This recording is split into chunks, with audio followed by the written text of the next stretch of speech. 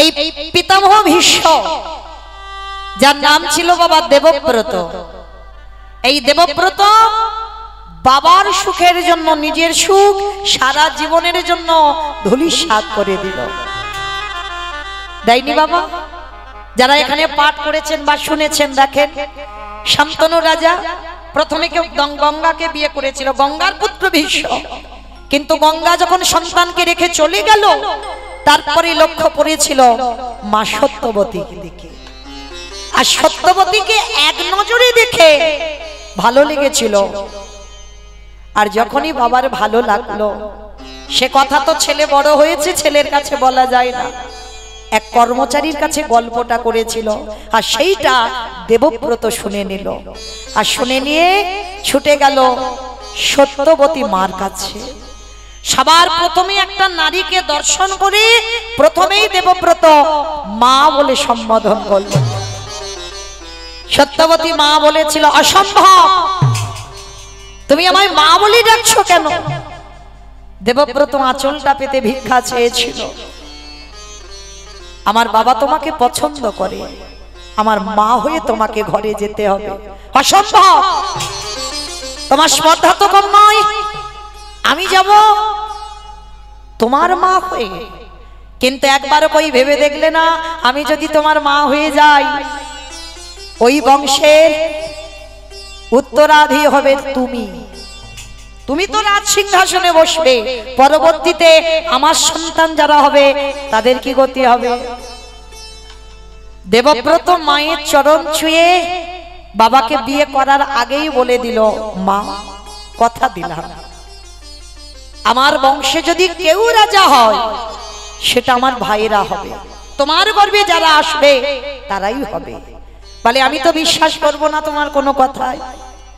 তখনই পিতার চরণ ছুঁয়ে দেবব্রত প্রতিজ্ঞা করল, মা ঠিক আছে, আমার কথা বিশ্বাস হচ্ছে না, তুমি ভয় পাচ্ছ, আমার সংসারের পর যখন আমার পরিবর্তিতে যারা আসবে, আমার বংশের সন্তান, তারা হয়তো দাবি করবে যে আমার বাবা এই বংশের জ্যেষ্ঠ, তাহলে আমাদের অধিকার। যার জন্য বাবা আমি কথা দিলাম, আমি কোনোদিন সংসার করব না। চমকে উঠল শান্তনু রাজা, সম্ভব, তুই আমার জন্য সারা জীবনটা ধুলোয় মিশিয়ে দিবি? না বাবা, সন্তান হয়ে যদি বাবার মুখে হাসি ফোটাতে না পারলাম, সন্তান হয়ে যদি সন্তানের কর্তব্য পালন করতে না পারলাম, তাহলে তোমার মনুষ্য জন্মটা বৃথা। তুমি চিন্তা করো না বাবা, আমি সংসার করব না তো কি হয়েছে, আমি কথা দিলাম আমি সবাইকে আমি কোলে পিঠে মানুষ করব। সেই দেবব্রত নিজে সংসারী হলো না, কিন্তু মা নাতি পুতি ছেলে পুলেদের কাঁধে করে নিয়ে কোলে করে নিয়ে মানুষ করেছে। এদিকে 100টা নাতি, ওরা আবার 5টা নাতি। কি মা জানো তো, দুর্যোধন ওরা 100টা ভাই, আর এরা পঞ্চ পাণ্ডব, এদেরকে কোলে পিঠে মানুষ করেছে আমার এই পিতামহ ভীষ্ম।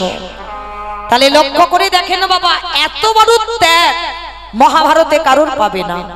আর যিনি এত বড় বৈষ্ণব হয়েও, এত বড় ত্যাগ করেও সারা জীবন সংসারে থেকে ব্রহ্মচর্য পালন করলো, সংসারে থেকে বৈরাগ্য পালন করলো, সংসারে থেকে সন্ন্যাস ধর্ম পালন করলো, কিন্তু সেই দেবব্রত কুরুক্ষেত্রের মাঠে 10 দিন যুদ্ধের পর অর্জুনের বাণে সরসজ্জায় পড়তে হলো।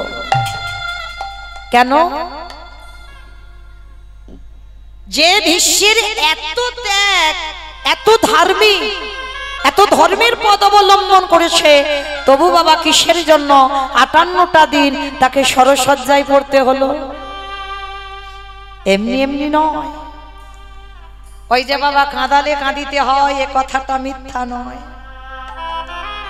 তুমি যদি কাউকে কাঁদিয়ে রাখো বাবা, কোনো না কোনো জন্মে তোমার ব্যাংকের টাকার মতো সুদে আসলে বাড়বে, ও কোনো ভুল নেই, হবেই।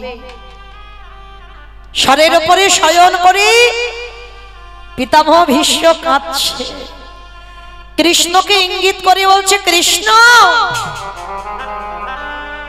আমি সরসজ্জায় শুয়ে 100 জনমে চিন্তা করলাম, কারণ এরা তো বড় সাধক ছিল। 100 জনমে চিন্তা করলো, আর 100 জনমে চিন্তা করে বাবা কোনো অপরাধ পাচ্ছে না, যে অপরাধের জন্য আজকের ভীষ্ম সরসজ্জায় শয়ন করেছে। ভালো করে চিন্তা করে দেখেন মা, আমাদের পায়ে যদি একটা সূক্ষ্ম মানে একেবারে চোখে দেখা যাচ্ছে না একটা কাঁটা যদি ফোটে, বলো তো মা কত ব্যথা করে। কাঁটাটা বের করে দেবে, এখনো 2-3 দিন বাবা পায়ে ব্যথা থেকে যায়। তাহলে একটা ছোট্ট কাঁটা তুমি চোখে দেখতে পাও না, তার জন্য যদি তুমি অত কষ্ট পাও। আর পিতামহ 58টা দিন একটা একটা তীর সারা গায়ে গাঁথা আছে, আর তার উপরে ঘুমিয়ে আছে স্বরের বিছানায়।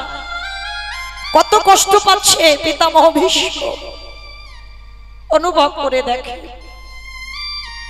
কীর্তন বিষয়টা বাবা খুব অনুভব, শুধু কানে শুনলে হবে না, হৃদয়ে যাদের প্রেম আছে একটু অনুভব করতে হবে।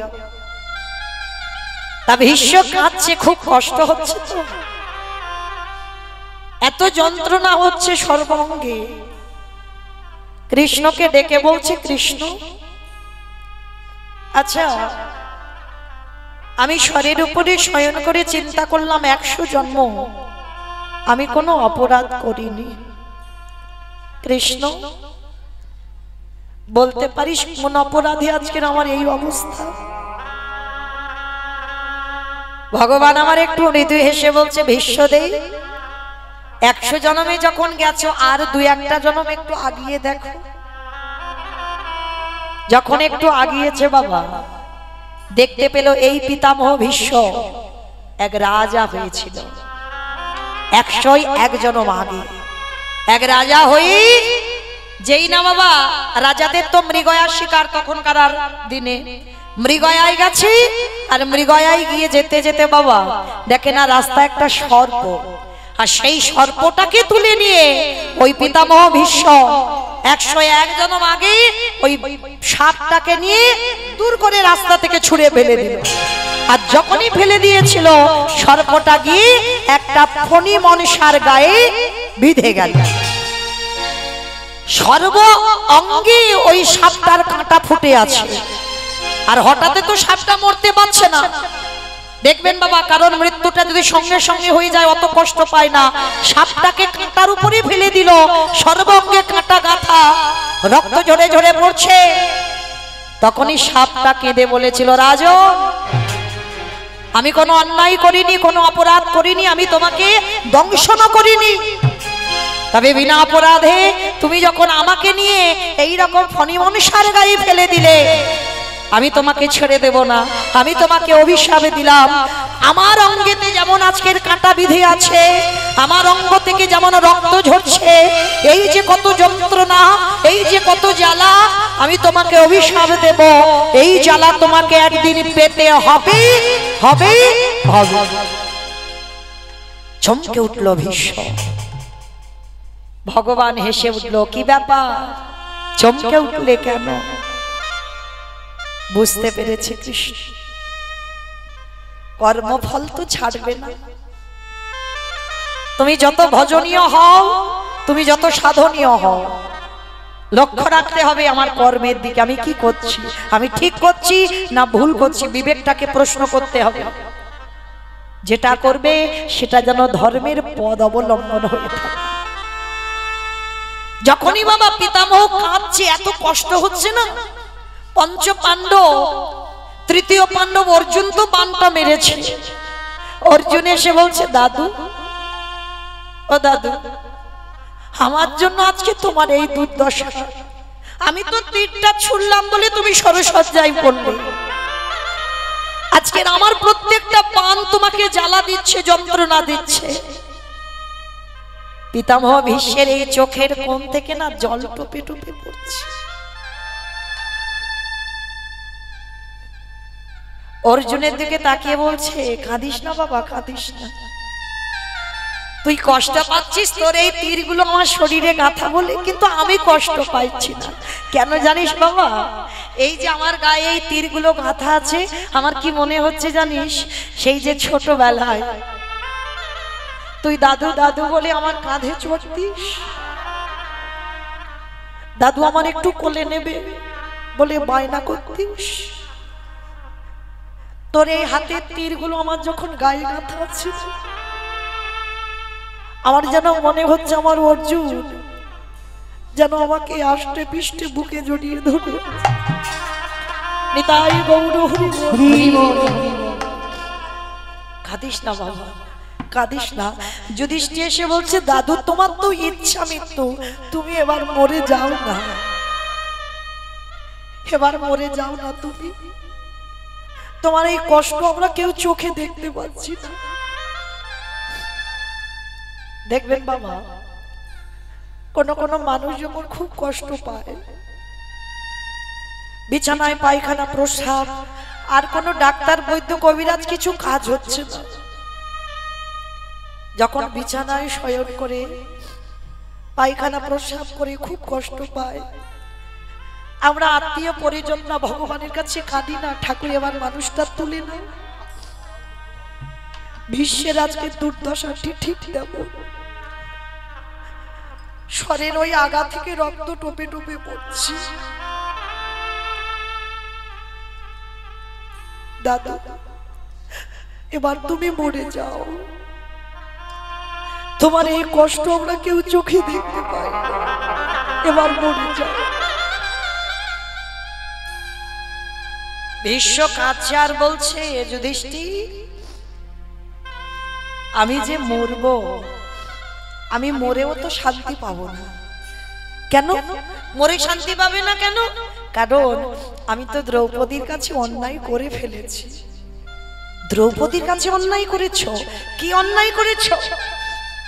মনে করে দেখো মা, সেই দিনের কথা যেদিন কুরুসভায় দ্রৌপদীকে খেলায় বাজি রেখেছিল। এটা কিন্তু জানতো না দ্রৌপদী যে তার স্বামীরা তাকে বাজি রেখেছিল। যখন যুধিষ্ঠির সবকিছু বাজি রেখে হেরে গেল বাবা, দ্রৌপদীকে বাজি রাখলো।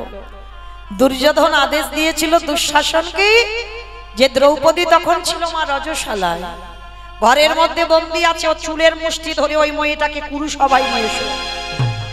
দুর্যোধনের আদেশে দুঃশাসন ছুটে গেল আর দরজা দিয়ে প্রবেশ করে দ্রৌপদীর চুলের মুষ্টিটা ধরে টানতে টানতে কুরুসভায় এনেছিল। আর কুরুসভার মাঝখানে যখন দাঁড় করিয়ে দুর্যোধন দুঃশাসনকে আদেশ দিয়েছিল ওই নারীর বক্ষের কাপড়টা টেনে খুলে দাও। বাবা এখনো সমাজে মহাভারতই চলছে। প্রশ্ন করবেন, মহাভারতে যত যত চরিত্র আছে সমাজে সব মিলে পাবে, সব পাবে। যাদের জ্ঞানের চৈতন্য হয়েছে তারা ঠিক খুঁজে বের করবে। এই সমাজেই আছে যুধিষ্ঠির, এই সমাজে আছে ভীম, এই সমাজে দুর্যোধন, দুঃশাসন সব আছে। এই সমাজেই অন্ধ ধৃতরাষ্ট্র, এই সমাজে পাণ্ডু আছে।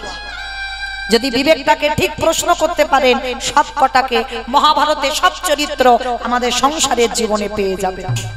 এইবার আর মহাভারত রামায়ণ এটা হচ্ছে বাবা সবটাই সমাজ শিক্ষা, জীবের চেতনা জাগাবার জন্য এই সব গ্রন্থ ভগবান উপহার দিয়েছেন। তো আজকে লক্ষ্য করেন, যেই না কুরুসভায় আদেশ দিল দুঃশাসন দ্রৌপদীর বক্ষের কাপড় ধরে টানবে, সবার প্রথমে দ্রৌপদী পিতামহ ভীষ্মের কাছে করজোড় করে বলেছিল, দাদু দাদু তুমি তো কিছু বলো, কারণ একটা নারীকে যদি সবার মাঝখানে বিবেচনা করা হয় তাকে আর নারী বলবে না। তুমি কৃপা করে সবার সামনে, তুমি বয়োজ্যেষ্ঠ, তুমি যদি বলো ওরা শুনবে, তুমি কিছু বলো। পিতামহ ভীষ্ম মাথা নিচু করে বসে আছে। অস্ত্রগুরু দ্রোণাচার্যের কাছে গিয়ে বলছে, গুরুদেব আপনি তো কিছু বলেন। গুরুদেব মাথা নিচু করে আছে। যে মেয়েটার পাঁচটা বীরের মতো স্বামী, সেই পাঁচটা স্বামীর কাছে গিয়ে করজোড় করে বলছে, স্বামী তোমরা তো কিছু করো, আমার যদি বক্ষের কাপড়টা টেনে নেয়, আমাকে বিবেচনা করলে আমাকে সমাজে আর নারী বলবে না। এখানেই প্রমাণ দিল দ্রৌপদী। আমি প্রমাণ দিচ্ছি না, দ্রৌপদী দিল যে নারী লজ্জা চলে যায় তাকে সমাজে নারী বলে না। কিন্তু লক্ষ্য করবেন এই সমাজে কোনো কোনো নারী এমন এমন পোশাক পরে যাদের দিকে আমরা নারী হয়ে তাকাতে লজ্জা বোধ হয়। তাহলে আমরা নারী হয়ে যদি লজ্জা বোধ হয় তাহলে পুরুষদের তাদের কি দোষ? দোষ নয়। দোষ কাদের? যে নারীরা ওই পোশাক পরে, দোষ হচ্ছে তার বাবা মা। অপরাধ নিও না মা, আমি বলছি না। দ্রৌপদী মহাভারতের শিক্ষা দিল, যে নারী নিজের লজ্জা নিজে ঢাকতে না পারে সে নারীকে সমাজ কোনোদিন নারী বলে গণ্য করে না। তাই দ্রৌপদী কাঁদছে, স্বামী তোমরা কিছু তো বলো। যে মেয়েটার ৫-৫টা স্বামী মাথা নিচু করে আছে, যাদের শরীরে বীরেদের মতো ক্ষমতা, সবার শেষে দ্রৌপদী মনে মনে ভাবলো, তার মানে এরা আমার সাহায্য করবে না। যে সাহায্য করবে মা তাকে ডাকতে বড্ড দেরি হয়ে যায়, তাই না? এটাও আমাদের সঙ্গে হয়, দেখবে প্রত্যেকে মানুষ মাত্রে জীবনে কষ্ট দুঃখ জ্বালা যন্ত্রণা থাকে, আর থাকলে কি করি?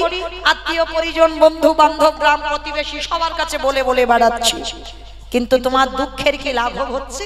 হচ্ছে না, আরো বেড়ে যাবে। তোমার কষ্টের কথা তুমি যখন কাউকে বলবে তুমি হাসির পাত্র হবে, এইটা মনে রাখতে হবে। তোমাকে দেখে তারা হাসবে, তারা বলবেন ঠিক হয়েছে বেটা, কিন্তু যার কাছে বললে তোমার কাজ হবে তার কাছেই তো কেউ আমরা প্রথমে যাই না। দেখো দ্রৌপদী এটাই শিক্ষা দিল, সবশেষে বুঝতে পারলো তার সখা কৃষ্ণ ছাড়া আর কেউ সাহায্য করতে পারবে না। সবার সামনে দাঁড়িয়ে বলে উঠলেন, তোমরা খালি এটাই চাও যে আমাকে বিবাসনা করো, ঠিক আছে, আমিও দেখতে চাই কি করে আমার সঙ্গে এটা হতে পারে। এক হাত দিয়ে বক্ষের কাপড়টা ধরে এক হাত দিয়ে ডাক দিয়েছিল, হে ব্রজেন্দ্র নন্দন কৃষ্ণ দেখা দাও। আসছে না। হে দ্বারকাধিপতি কৃষ্ণ দেখা দাও। আসছে না। হে গোলকপতি কৃষ্ণ দেখা দাও। আসছে না। তিনবার ডাকা হয়ে গেল, আসছে না। দ্রৌপদী রেগে গিয়ে বলছে, তার মানে তুমিও দেখতে চাও আমি এই সভার মাঝখানে বিবাসনা হই? ঠিক আছে, তুমিও যখন এটাই চাইছো তাই হবে। তবে শুনে রেখো সখা, এ দেহটা সাধারণ মানুষের মতো জন্ম নয়, আমি অজনী সম্ভবা, আমার আগুন থেকে জন্ম। আর যেদিন থেকে আমার জন্ম আমার দেহ মন প্রাণ আমি তোমার চরণে নিবেদন করেছি। আর আজকে দেখি তুমি কি করে থাকতে পারো। এইবার বক্ষের কাপড়টা ছেড়ে দিয়ে শুধু একবার ডাক দিল, হে প্রাণপতি দেখা দাও। হে প্রাণপতি দেখা দাও। প্রাণপতি দেখা দাও। হে প্রাণপতি দেখা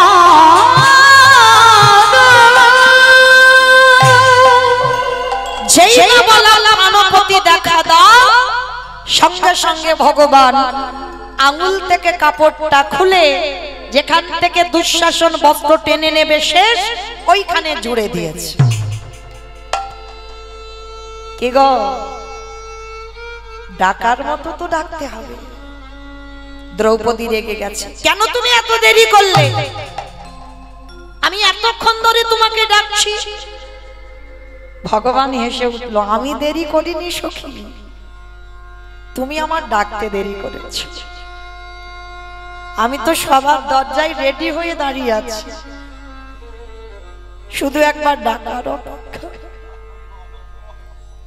আমাকে একবার যদি মন প্রাণ দিয়ে কেউ ডাকে, সবকিছু কামনা বাসনা শূন্য করে যদি ডাকে, আমি তৎক্ষণাৎ তার হৃদয় ঘরে প্রবেশ করি। তাহলে আমি 3 বার ডাকলাম, তুমি এত দেরি করলে কেন? ভগবান হাসছে আর বলছে, সখী দাঁড়াও দাঁড়াও দাঁড়াও, রেগে যেও না। তুমি প্রথমে কি বলেছো? বলে কেন বললাম দ্বারকাধিপতি কৃষ্ণ। বলে তোমার হস্তিনাপুর থেকে দ্বারকা 3 দিনের পথ, আসতে টাইম লাগবে না? তারপরে কি বলেছো? গোলকপতি কৃষ্ণ দেখা দাও। হস্তিনাপুর কোথায়, গোলক কোথায়, টাইম লাগবে না? তারপরে কি বলেছো? ব্রজেন্দ্র নন্দন কৃষ্ণ। কোথায় হস্তিনাপুর আর কোথায় বৃন্দাবন, আসতে টাইম লাগবে না? ও তা তিনবার নয় ভুল করেছি, তার চারবারের ডাকে কেন এলে? সখী চারবারে কি বলেছ? বলে আমি বললাম প্রাণপতি দেখা দাও। এখনো বুঝতে পারছো না তোমার হস্তিনাপুর কোথায় আর তোমার প্রাণ কোথায়? কেউ যদি একবার প্রাণপতি দেখা দাও, সব থেকে ভজনের ঊর্ধ্বে তো বাবা মধুর রসের ভক্তরা। যদি ভগবানকে স্বামীর জায়গায় কেউ বসায়, চারটে ভাবে ভালোবাসা সোজা, শান্ত দাস্য সখ্য বাৎসল্য, এ চারটে সোজা। মধুর ভাবে প্রেম করে দেখো, স্বামীর জায়গায় তুমি ভগবানকে বসাও। স্বামীকে যে প্রেম যে ভালোবাসা দিয়েছো সেটা ভগবানকে দাও। দ্রৌপদী, কেউ যদি একবার আমায় প্রাণপতি দেখা দাও বলে, পৃথিবীর আমি যে প্রান্তে থাকি না কেন, আমি তৎক্ষণাৎ তোমার কাছে এসে দাঁড়িয়ে গেছি। বেশ, এইবার দ্রৌপদী তো দাদুকে ক্ষমা করে দিল। আর যখন ক্ষমা করে দিল, ভীষ্ম বলছে দেখো এবার তো আমি মরবো, কিন্তু এখন তো দক্ষিণায়ন চলছে, আর দক্ষিণায়ন চলাকালীন ভীষ্ম মরবে না, উত্তরায়ণ পড়বে তবে মরবে। কেন? এই উত্তরায়ণ চলাকালীন যদি ভীষ্ম দেহ ত্যাগ করে, তাহলে আর মনুষ্য জীবনে নয়, দেবলোকে যেতে হবে। ওই জন্য দক্ষিণায়ন চলছিল, এবার উত্তরায়ণ পড়েছে, আর আমার কৃষ্ণ তো সব জানে, এবার ভীষ্ম দেহ ত্যাগ করবে। তাই এবারে দরজার ধারে দাঁড়িয়ে আছে, কারণ ভগবান বুঝতে পেরেছে ভীষ্ম এবার চলে যাবে। এইবারে যখন দরজার ধারে বিশ্বকে দেখবে বলে দাঁড়িয়ে আছে কৃষ্ণ, বিশ্বকে দেখে বললেন কৃষ্ণ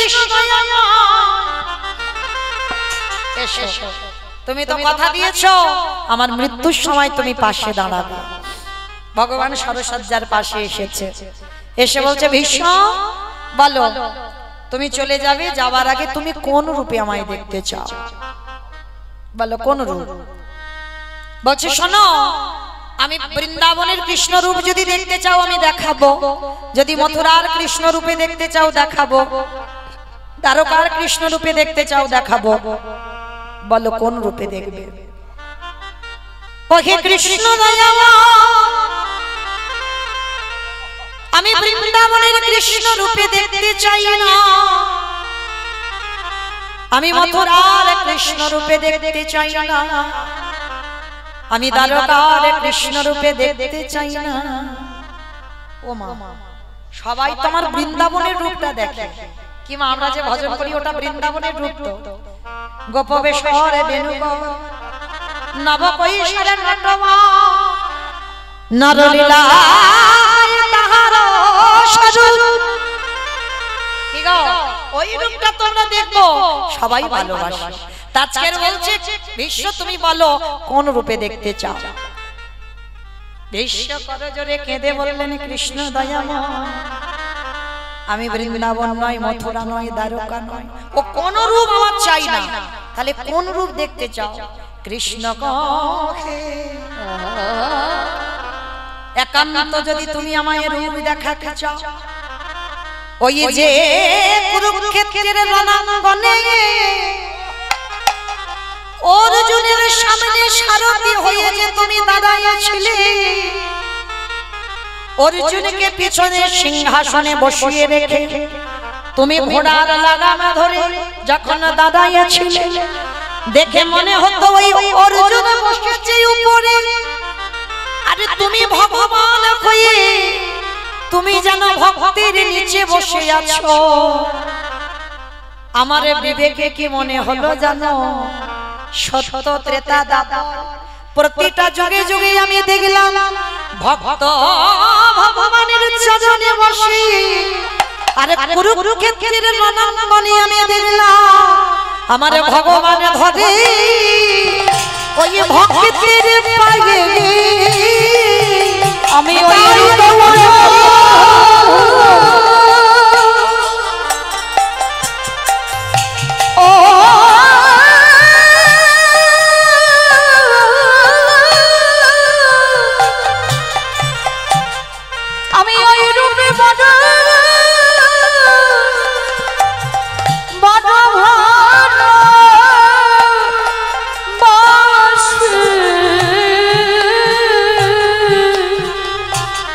যে রূপে ভগবান ধরে ভক্তির পায়ে ওরে কৃষ্ণ রে ওরে কৃষ্ণ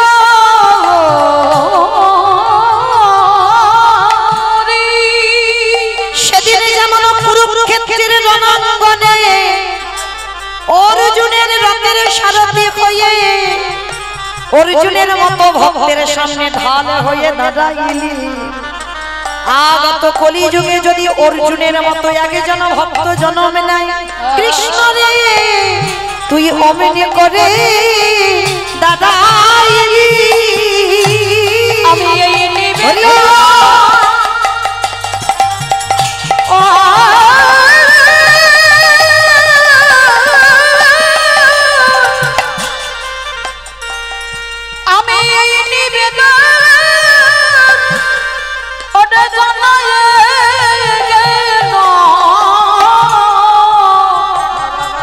তুই তেমনি করে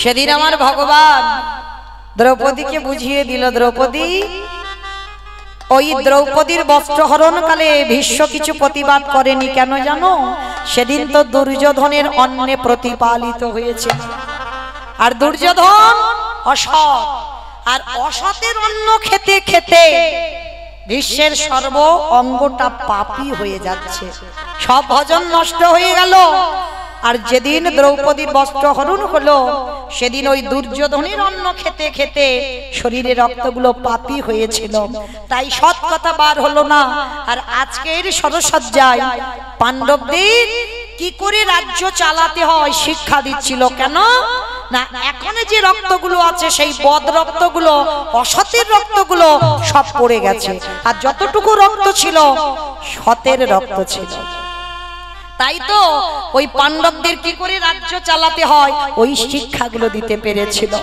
তো আজকে সেই ভীষ্ম ভগবানের ওই রূপ দর্শন করে উত্তরায়ণ পড়ল ভীষ্ম দেহ ত্যাগ করেছিল তাহলে মা এইটুকু শুনে কি বুঝলাম সঙ্গ দোষ অসতের সঙ্গ করলে তুমি যত ভজন সাধন করো না কেন তোমার কোনো না কোনো দিন অপরাধ হয়ে যাবে চৈতন্য মহাপ্রভু এইখানে শিক্ষা দিল ওরে কলিযুগ এসেছিস খালি হাতে যাচ্ছিস খালি হাতে কটা দিন একটু অভিনয় করে গেলি আর শেষের দিনে তোর কর্মফল যাচ্ছে আর কি যাচ্ছে জানিস যাদের জন্য ভজন করলি না সারা দিন শুধু খেলি ঘুমালি আর চলে গেলি দেখ সাথে গেল কে এই হরি নামে যাবে বাবা আমাদের পচা দেখো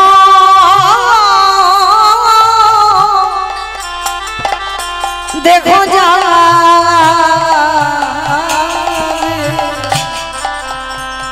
যেদিন ভগবান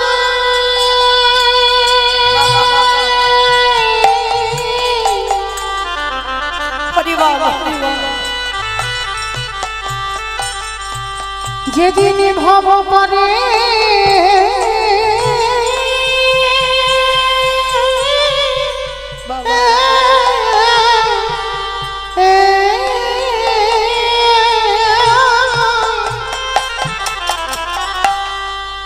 যেদিন ভগবান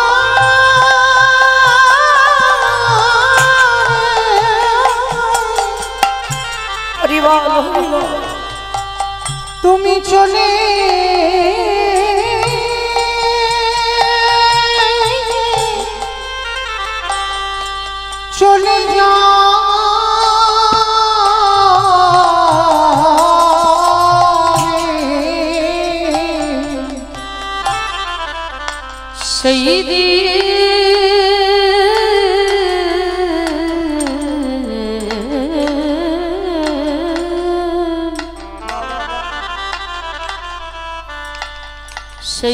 নামে যাবে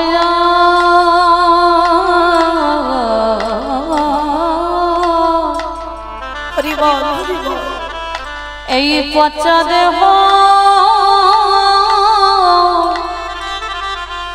ও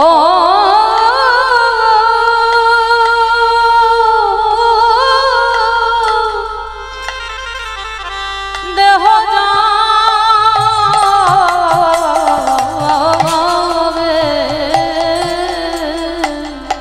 ও ভাই সেদিন তোমার সঙ্গের সাথী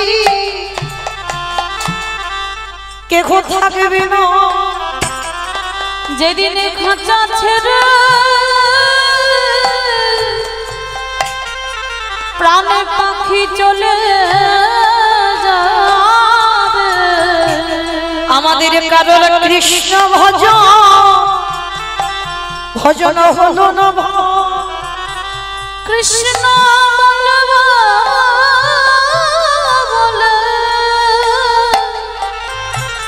এইভাবে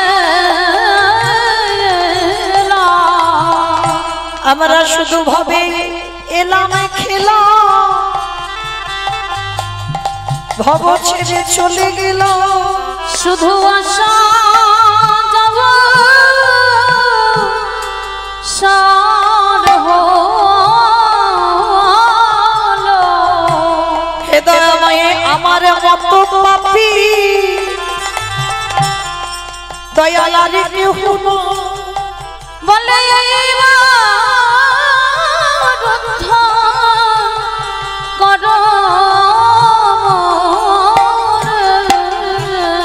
তাই তো আগে ভাবি আমি জানাই রাখিল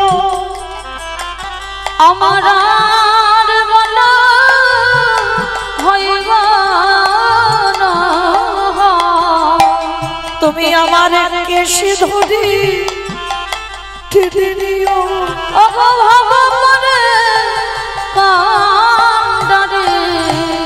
আমার মতো অযোগ্য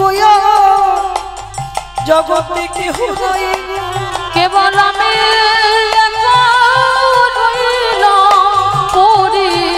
তোমার পারে ঘাটাতে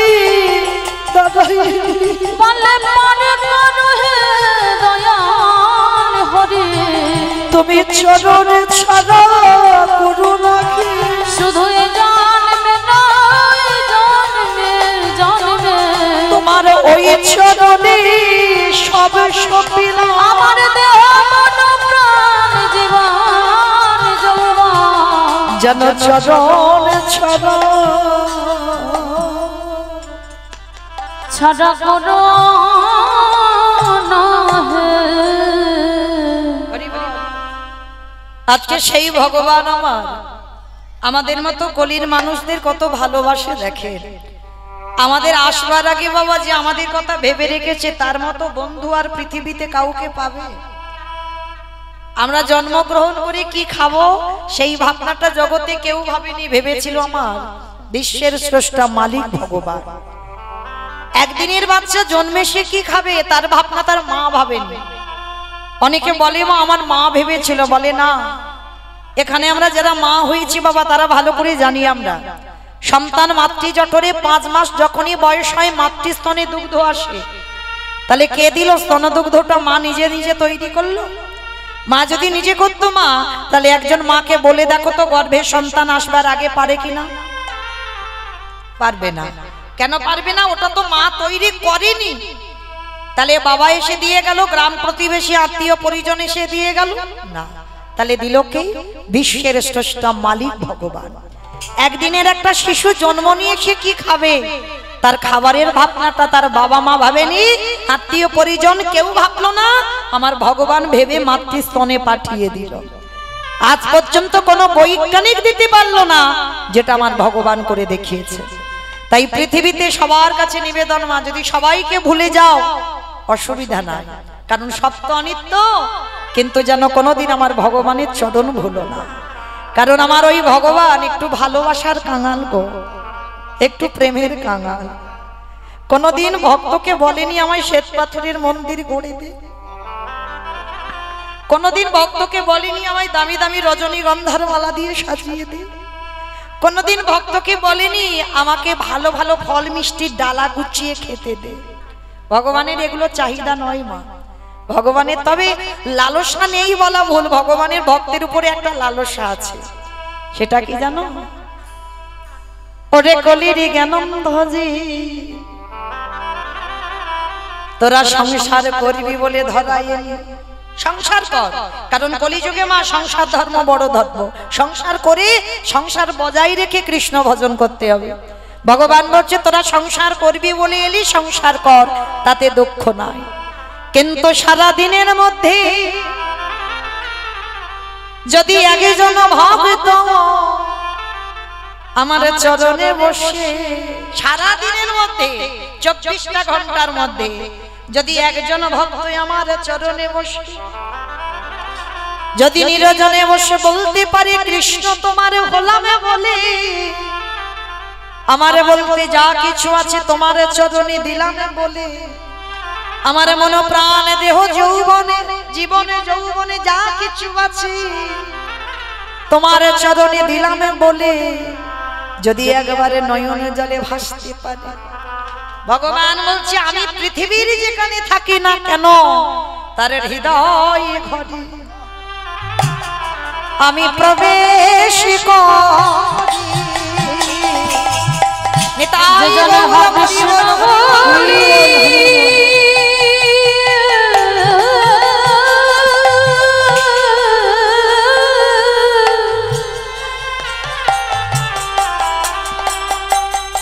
কৃষ্ণ বলে একেবারে কাঁদতে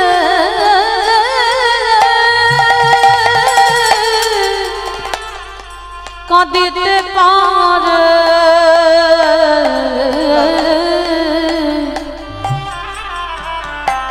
তার হৃদয় ঘরে আমি প্রবেশ করি।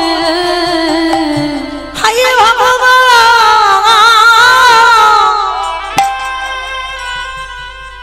যদি একজন ভক্ত নয়ন জলে ভোগ ভাসায়ে কেঁদে বলে কৃষ্ণ তোমার হলামে বলে, আমারে ভগবান ভক্তির কাছে দুর্বল ভক্ত যদি একবারে নয়ন জলে ভেসে ডাকে, আমারে ভগবান পৃথিবীর যেখানে থাকুক না কেন সে যে ভক্তের দ্বারে মন্দির হইব। যে জন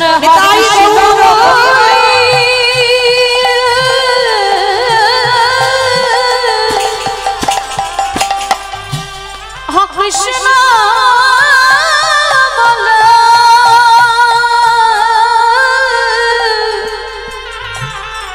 একেবারে প্রেম দিয়ে ডাকতে পারে, সেই ভক্তের দ্বারে সে যে বন্দী থাকে। তাই আমার চৈতন্য মহাপ্রভু বাবা নবদ্বীপের মাটিতে আজকে সবাইকে মাতিয়েছে হরি নামের বন্যায়। হরি নামের বন্যায় কৃষ্ণ প্রেমের বন্যায় মাতিয়েছে আমার চৈতন্য মহাপ্রভু। তো চলেন মাইরা কেমন ভাবে আমার কলির মানুষদের মাতিয়েছে তোমাদের দেখতে হবে, তাই না? সত্যতে নারায়ণ, ত্রেতাতে রাম, দাপরে কৃষ্ণ, কলিতে হলেন শ্রীকৃষ্ণ চৈতন্য মহাপ্রভু।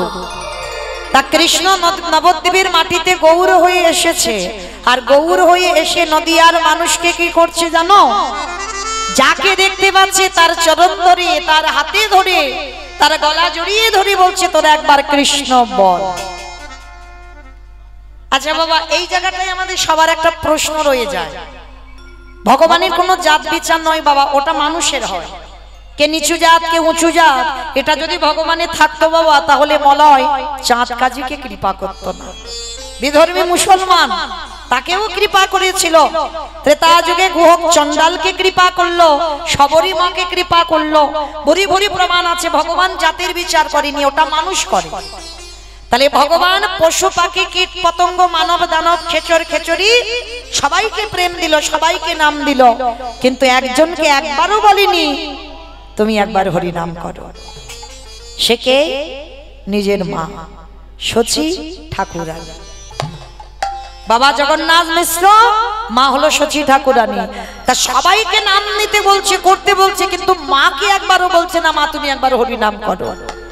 নিতাই চাঁদ এসে প্রশ্ন করলো, ভাই একটা কথা বলবো, তুই তো সবাইকে বলছিস হরি নাম করো, কৃষ্ণ নাম করো, জগৎজনকে বলছিস, কিন্তু একবারের জন্য ভাই মাকে কেন বলছিস না যে মা তুমি একবার হরি নাম করো, কৃষ্ণ নাম করো? নিমাই হেসে উঠেছে, দাদা আমি মাকে তো বলতে পারবো না। কেন পারবি না? তুই তো সবাইকে বলছিস হরি নাম করতে, সবাইকে বলছিস কৃষ্ণ নাম করতে, আর মাকে বলতে পারবি না কেন? বলে মাকে বলতে পারবো না তার একটাই কারণ, কারণ জগতে কেউ যদি, দাদা তুমি তো জানো তুমি কি আর আমি কি, জগতে কেউ যদি আমার কাছে অপরাধ করে আমি ক্ষমা করে দিই। ভগবান বলছে, এটা আমার কথা নয় বাবা, ভগবান বলছে কেউ যদি ভগবানের কাছে, ভগবানের চরণে অন্যায় অপরাধ করে, সে যত বড় কঠিন অপরাধ হোক না কেন ভগবান ক্ষমা করে দেয়। যদি অনেক কান্নাকাটি করো তো ক্ষমা করে দেয়, কিন্তু একজনের চরণে যদি অপরাধ করো আমরা ভগবান জীবনে ক্ষমা করে না। সেটা কি? বৈষ্ণবে দাঁড়িতে যদি হয় ক্ষুদ্র অপরাধ, ক্ষুদ্র অপরাধ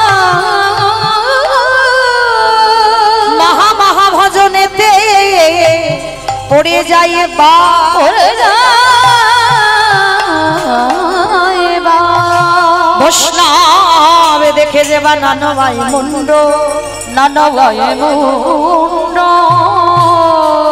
তার মুন্ড পড়ে যায় নরকের কুণ্ড, নরকের কুণ্ড।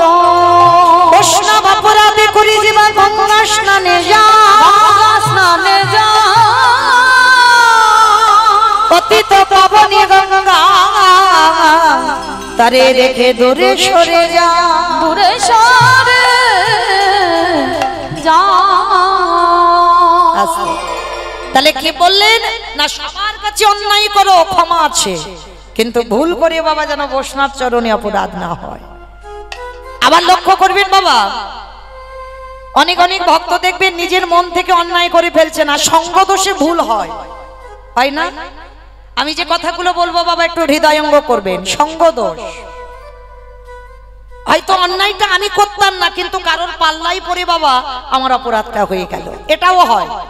দেখেন এটা আমার কথা নয় বাবা, প্রমাণ রয়েছে শাস্ত্রের বাইরে, একটা কথা বলবো না। দেখেন নবদ্বীপের মাটিতে সেই যে গোপাল চপল গোপাল করেন, এই গোপাল যে অপরাধটা করেছিল, শ্রীবাসের দরজায় ছাগলের মাথা, মদের হাঁড়ি, জবা ফুলের মালা, রক্ত চন্দন, রক্ত জবা দিল, এটা কি গোপাল নিজের ইচ্ছাতে করেছিল? যারা কাহিনীটা জানেন, লীলাটা জানেন, বলেন করেছিল নিজের ইচ্ছায়? না। কাদের জন্য করেছিল? নবদ্বীপে ওই যে বাচস্পতি তর্কলঙ্কা, ওরা এসে কানে এমন মন্ত্রটা দিল যে নিমাই হরিনাম করবে করুক, কিন্তু শ্রীবাসের ঘরে দরজা বন্ধ করে হরিনাম করবে কেন? কি মা বলেছিল তো? তাহলে এটাই শুনে তো চপলের রাগ হলো যে নিমাই হরিনাম করছি, ও কৃষ্ণ ভক্ত, আমি কালী ভক্ত, এতে তো তফাৎ নাই। আমি যাকে ভালোবাসি তার আরাধনা করব, ও কৃষ্ণ ভালোবাসে কৃষ্ণ আরাধনা করবে, কিন্তু হরিনাম করবে করুক, জানালা দরজা বন্ধ করবে কেন? এটাই তো ব্যাপার বাবা। নবদ্বীপের মানুষরা বুঝে উঠতে পারলো না। সকাল থেকে সন্ধ্যা পর্যন্ত বহিরঙ্গ ভক্তদের নিয়ে নিমাই হরিনাম করত, আর সন্ধ্যা থেকে সারা রাত শ্রীবাসের ঘরের জানালা দরজা সব বন্ধ করে অন্তরঙ্গ, মানে যাদের কাছে বাবা বন্ধু বান্ধব তো অনেক হয়, সবার কাছে কি সব কথা বলা যায়? মহাপ্রভুরও যেমন গম্ভীরায় অন্তরঙ্গ ছিল, আর শ্রীবাসের ঘরের ভিতরে যাদের সঙ্গে মহাপ্রভু রস আস্বাদন করত, মানে গোপন প্রেমের রস, রাধা গোবিন্দের কেমন প্রেম তত্ত্ব, সেই রস আলোচনা হতো। কিন্তু ওই রসের ভক্ত জগতে বাবা সবাই নয়, কটু কথা বলবে, যার জন্য নিমাই ওই হরি নামটা করতো, রসকীর্তনটা জানালা দরজা বন্ধ করে, আর হরে কৃষ্ণ নাম উচ্চই স্বরে ভক্তদের সঙ্গে করত। এইটা নবদ্বীপের মানুষ না মেনে নিল না, যে দরজা বন্ধ করে করছে কেন নিমাই, নিশ্চয়ই ওর ভিতরে কোনো অভিসন্ধি চলছে, কোনো কাজকর্ম চলছে গোপন, যেটা নিমাই কাউকে বলতে চায় না। কারণ তখনকার দিনে সবাই কি নিমাইকে ভগবান বলে স্বীকার করত? জানতো সাধারণ মানুষ। কেন? ভগবান তো ভক্ত অঙ্গীকার হয়ে এসেছে, যে ভক্ত কৃষ্ণ বলে কেঁদে কি সুখ হয়, সেইটা আমি নদিয়ায় জানবো।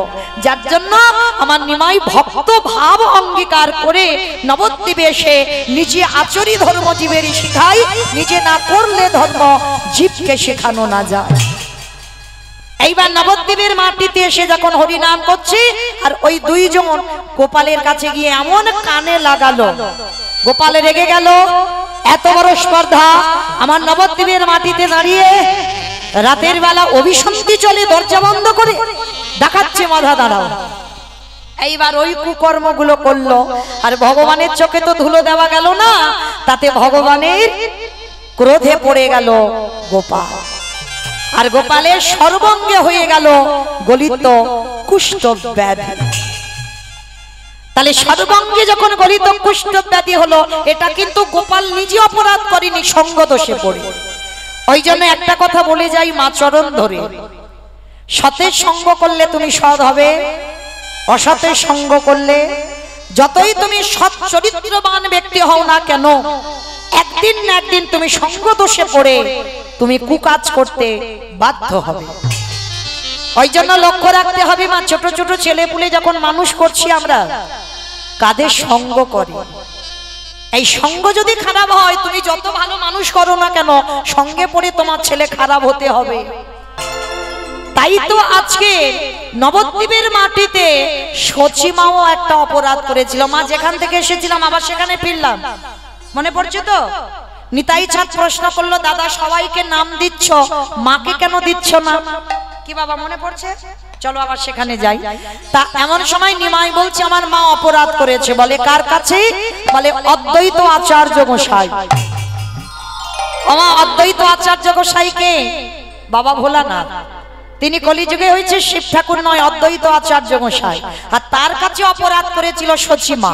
কি অপরাধ না, এই অদ্বৈত আচার্য উনি তো 12 বছর তুলসী ভাসিয়ে আমার গৌরকে ডেকেছিল, কিন্তু জানো সচিমার গর্ভে যখন 8টা মেয়ে জন্মালো, তখনই অদ্বৈত প্রণাম করেছিল। কেন? মনে মনে ভাবলো প্রণাম যদি না করি তাহলে চিনবো কি করে কে ভগবান? কি বাবা চিনবো কি করে কে ভগবান? কারণ অদ্বৈত আচার্যের প্রণাম গ্রহণ করা চারটিখানি ব্যাপার নয়। জানো নবদ্বীপে কি হয়েছিল একবার? এই অদ্বৈত আচার্যের ছোটবেলার নাম কমলাক্ষ, আর মা নাভা দেবী। তা মায়ের হাত ধরে কমলাক্ষ নবদ্বীপে গেছে, আর নবদ্বীপে গিয়ে মন্দিরে মন্দিরে মা নাভা দেবী প্রণাম করছে। তা একটা কালী মূর্তি কালী মন্দিরে গেছে জগৎজননী মা। তা নাভা দেবী বলছে কমলাক্ষ মায়ের মন্দিরে এসেছি বাবা, একটু মাথাটা ঠুকে প্রণাম কর। কমলাক্ষ হাসছে আর বলছে ও মামা আমি প্রণাম করব না। কেন প্রণাম করবি না কেন? বলে না আমি যদি প্রণাম করি তাহলে মূর্তি এক্ষুনি দ্বিখণ্ডিত হয়ে যাবে। এই তুই কি নিজেকে বড় সাধক মনে করিস নাকি? বলে মা বিশ্বাস করো আমি সাধক টাধক কিছু নয়, কিন্তু আমি যদি প্রণাম করি এই মূর্তি ভেঙে যাবে। কি গো মা, যেটা আপনারা জানছেন আমি জানছি সেটা মা নাভা দেবী জানে না, কারণ মা তো সন্তান রূপে পেয়েছে। মা কি জানে যে ওটা পরম বৈষ্ণব বাবা ভোলানাথ আজকের কমলাক্ষ হয়ে জন্ম নিয়েছে? জানে না তো। তারপর মা বারবার বলছে এই প্রণাম কর। আর বলো মা বাবা পরম বৈষ্ণব ভোলানাথের প্রণাম আমার মা নিতে পারে? হ্যাঁ মূর্তি ভেঙে যাবে না। বারবার মাকে বোঝাচ্ছে কিন্তু বুঝছে না। এবার যার মন্দির সে এসে বলছে কমলাক্ষ তুই কি মনে করেছিস তোর প্রণামে আমার এত, তুই জানিস আমার এটা পাথরের মূর্তি কোনোদিন ভাঙবে না। বলে বেশ তোমরা যখন বারবার অনুমতি দিচ্ছ আমি প্রণাম করব, তবে মনে রেখো যদি ভেঙে যায় আমাকে কিন্তু বকাবকি করবে না। ঠিক আছে কই তুই ভেঙে দেখা। এইবার কমলাক্ষই আমার যেই না জগৎজননী মায়ের চরণের কাছে গেছে, আর মায়ের কাছে গিয়ে সবে বাবার মাথাটা মার পায়ে ঠেকাতে যাবে, সে ঠেকাবার আগে মাঝখান থেকে মূর্তি দ্বিখণ্ডিত হয়ে দৈবাবানি করলো, প্রভু তুমি আমায় প্রণাম করছো, তুমি ভাবলে কি করে তোমার প্রণাম আমি গ্রহণ করতে পারবো? দেখো গিন্নি, আমি করতে চাই, কিন্তু এরা তো বোঝে না, সন্তান রূপে পেয়েছে আমি কে এরা জানে না, তাই তো করতে বললো। কি করব বলো? সমাজে দেখাতে গিয়ে প্রণাম করতে গেলাম, আমি জানতাম এটা হবে। সবাই তো অবাক হয়ে গেল। তাহলে এই কমলাক্ষ যিনি দীক্ষার পরে অদ্বৈত আচার্য, তাহলে কতটা শক্তিমান। এইবার যেই না সচিমার কোলে একটা একটা করে মেয়ে আসে, ভগবানকে চিনতে হবে, প্রণাম করে, পরপর 8টা মেয়ে একটা একটা করে মারা যায়। নবম গর্ভে বিশ্বরূপ এলো, তাকেও প্রণাম করলো, সে বেটা 16 বছর বয়সে সন্ন্যাসী হয়ে গেল। মানে 9টা ছেলে মেয়ে সব চলে গেল। এইবার নিমাই যখন জন্মেছে, কিছুতেই ওই অদ্বৈতকে আর ধারে কাছে আসতে দেবে না।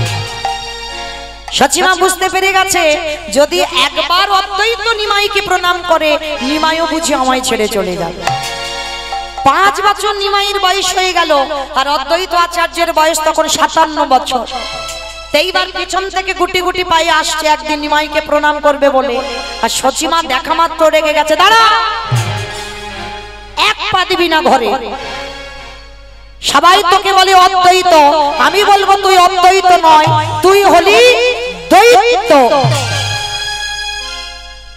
হয়ে গেল বাবা নিজের অজান্তে বৈষ্ণব অপরাধ।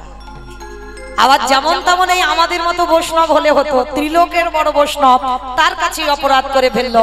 একজন বৈষ্ণবকে দ্বৈতের সঙ্গে তুলনা করলো, তাতে হয়ে গেল সচিমার মহা মহা মহা অপরাধ। সেই দিন থেকে পাপী হয়ে আছে। আর আজকে যেই না সচিমাকে নিতাই চাঁদ কথাটা বলেছে, সচিমা ছুটে গিয়ে অদ্বৈত আচার্যের চরণে বসেছে। অদ্বৈত আচার্য বলছে, মা এটা কি করছো? আমি তোমার সন্তান সম, ছেড়ে দাও পাটা। আর সন্তানের কাছে, বাবা মার কাছে কোনোদিন ছেলে মেয়ে বড় হয়? আমি ক্ষমা করে দিলাম মা, তুমি আমার চরণ স্পর্শ করো না। হরি বল।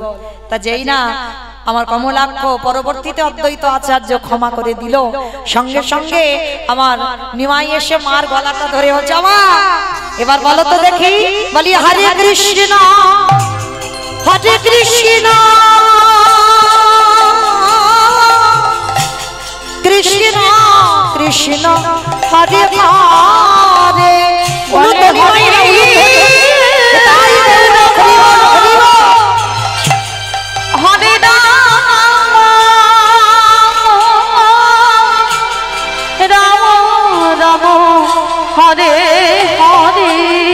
আজ গায়ে গোডা জীবের তরে, আজ গায়ে গোডা জীবের তরে, গায়ে গোডা জীবের তরে। শ্রীনন্দের নন্দ শ্রী মধুসূদন, শ্রীনন্দের নন্দন শ্রী মধুসূদন। আজ মুরলী বাজা নিকেতনে, গায়ে গোড়া জীবের তরে, গায়ে গোড়া জীবের তরে। কেহ বলে পুরবেতে রাম বধিলা, কেহ বলে পুরবেতে।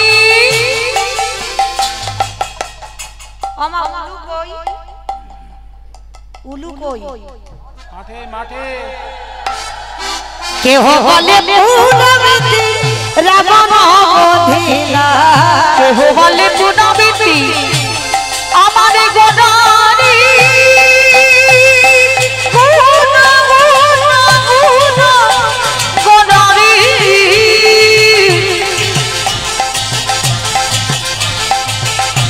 গোডা গোডা গোডা গোডারি, গোডা গোডারি।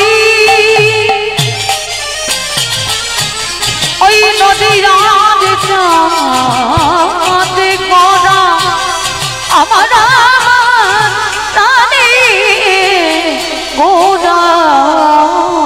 হরি পুনরেতে রাবণ অধিলা আজি গোলকের বৈভব লীলা প্রকাশ করিলা ওই গোলকের বৈভব লীলা প্রকাশ করিলা ওই গোলকের বৈভব লীলা প্রকাশ করিলা শ্রী রাধারে ভাবে গোরায় অবতার শ্রী রাধারে ভাবে গোরায় অবতার শ্রী রাধারে ভাবে গোরায় অবতার ওই শ্রী রাধারে ভাবে গোরায় অবতার হরে কৃষ্ণ নামে গৌর করিলা প্রচার ওই হরে কৃষ্ণ নামে গৌর করিলা প্রচার হরে কৃষ্ণ নামে গৌর করিলা প্রচার ওই হরে কৃষ্ণ নামে গৌর করিলা প্রচার এইবারে লীলা প্রকাশ হলো এইবারে লীলা প্রকাশ হলো এইবারে লীলা প্রকাশ হলো এইবারে লীলা প্রকাশ হলো গোলকের বৈভব লীলা প্রকাশ